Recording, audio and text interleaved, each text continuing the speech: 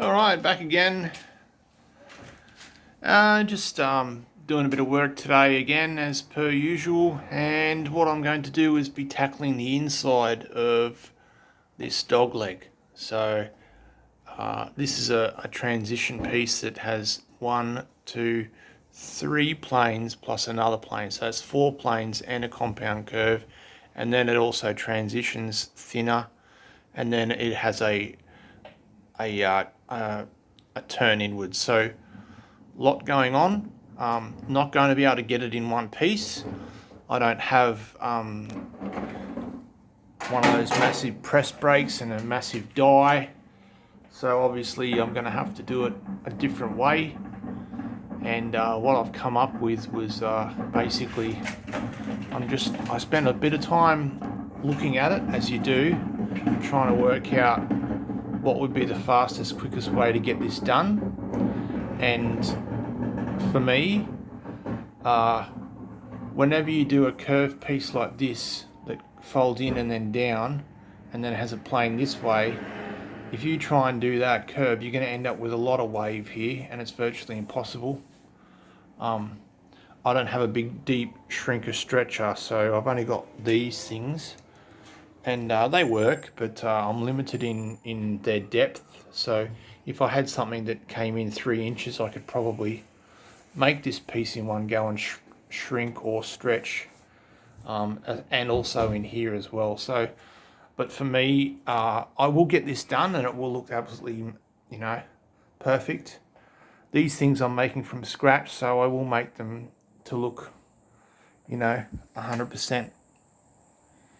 And anyway, so and they'll get painted nicely as well. So I'll go out and get some correct paint for this and paint them correctly, and this will be a piece that will be looking nice. Anyway, so back to what I've decided to do. The easiest way to go about it is to make this part underneath and also the little lip. So there'll be this flat section, this lip, and then another lip, and I'll make the whole length up to around here, and then I'll make another length underneath as a straight piece as well. So that'll just be a straight piece of metal with 2 little folded edges on the side. And then what I'll do is I'll go in and I'll stretch here to bring this down, and then I'll shrink here, gather, stretch, and you'll get that curve. And then also the opposite, you'll do it that way. So what I did is I just basically laid a piece of paper up against the actual fender now. So these really are only a photo reference now. I'm not taking any measurements off of anything now because I've got a real plane to work from. So the idea is you need this distance across, and it changes as a transition in thickness all the way along. So you need to work that out. And basically what I do, and you've got this thickness here as well to contend with. So what you do is you just get your square and you set it up upside down, and you basically just push it in, and that gives you your distance that you need. So right there we have 5.5. Actually, that's not right. I must have hit this lip. So what I do is I come in and I just push it across, and what have I got? So I've got 7 centimeters or 70 millimeters. So that's what I've got written here. So I took this distance, and then, oops, that worked. And then the distance here at this point. So there's 65, 70, and then it goes up to 85 over here. And then it actually comes back in. So this plane here rolls in, so it decreases as it goes down.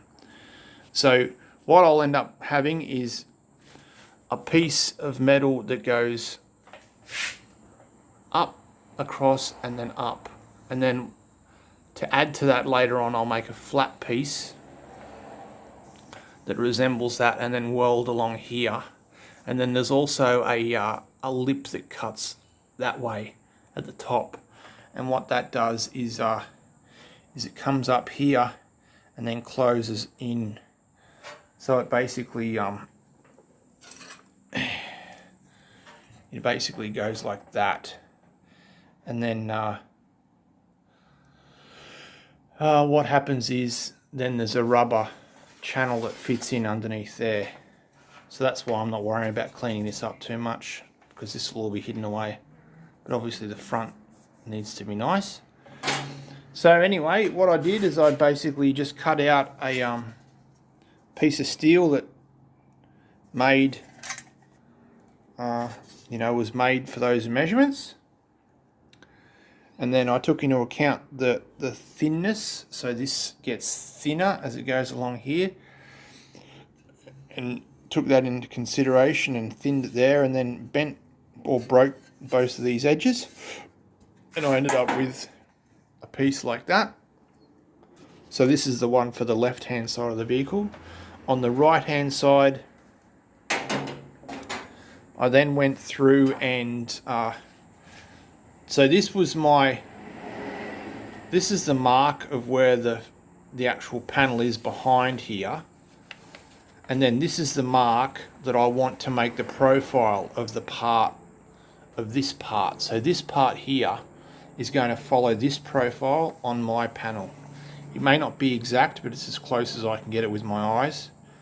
So then what I do there is I use my shrinker and stretcher, and all I do is just shrink this and stretch this from that point on till it meets that profile, then runs along the front there, and then at that point it curls down and it sort of runs parallel to either one of these sides.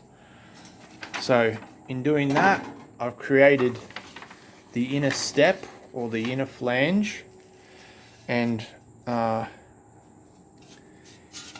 here it is. So that's what it is. So I'll just lay it up there so you can see that line in the middle that runs across. So I'll just get it exactly where it's supposed to be, and there you go. So that fits like that on the inside.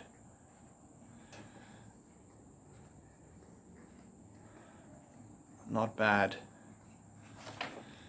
And I'll just lay it up there, and you can see that it just sort of fits in underneath there now. And yeah, I can't really show you, but there it is. So that's that one done. And then what I'll do is I'll work on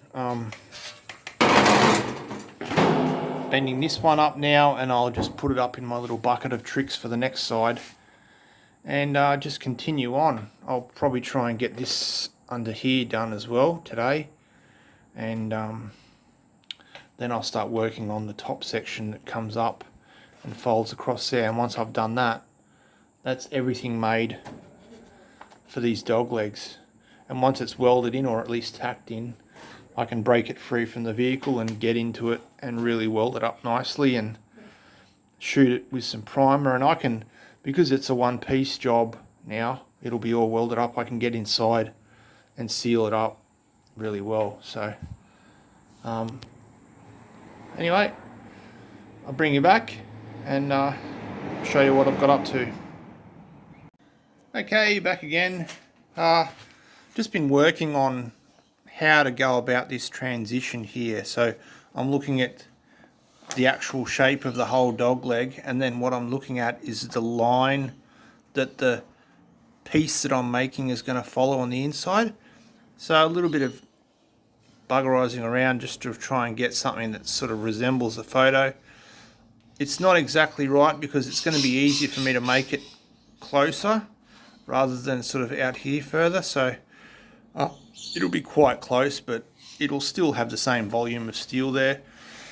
And it'll be just as strong. It's just going to be easier for me to make it with that radius rather than the big deep one down here. So that's what I've been doing. I've been making up my parts, and I also shaped the second one, which is up there in my little box, out of the way. So I'll bring you back, just thought I'd give you a little update. Yeah,